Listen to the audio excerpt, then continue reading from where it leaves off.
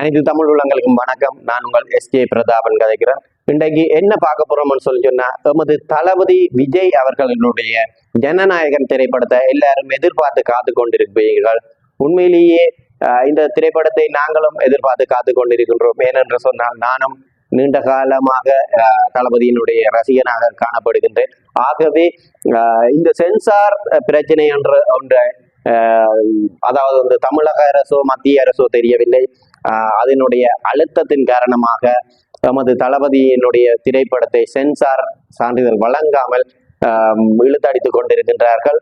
ஆகவே அந்த சென்சார் சான்றிதழ் வராத விடத்து திரைப்படம் வெளிவருவது கடினம் என்ற பிரச்சனை இருக்கின்றது. இதற்குள்ளே தளபதியினுடைய ஜனநாயகன் படத்தோடு போட்டிக்கு 10ஆம் தேதி பராசக்தி திரைப்படம் வெளிவர இருக்கின்றது. அந்த பராசக்தி திரைப்படம் 10ஆம் தேதி வர இருக்கின்ற வேளையிலே தளபதியினுடைய 9ஆம் தேதி தளபதியினுடைய திரைப்படம் வெளிவராத இடத்து தளபதியினுடைய வருமானத்தில், அதாவது வந்து பாக்ஸ் ஆபீஸில் குளறுபடிகளை உண்டு பண்ணலாம் என இந்த மத்திய அரசும் சரி மாநில அரசும் சரி எதிர்பார்ப்பினை ஏற்படுத்தி இருக்கின்றது.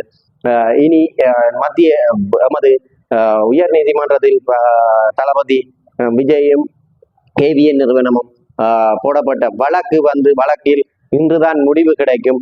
அந்த முடிவில் தான் தெரியும் 9ஆம் தேதி திரைப்படம் வெளிவருமா வராதா என்று. இனி நாங்கள் பொறுத்திருந்து தான் பார்க்க வேண்டும்.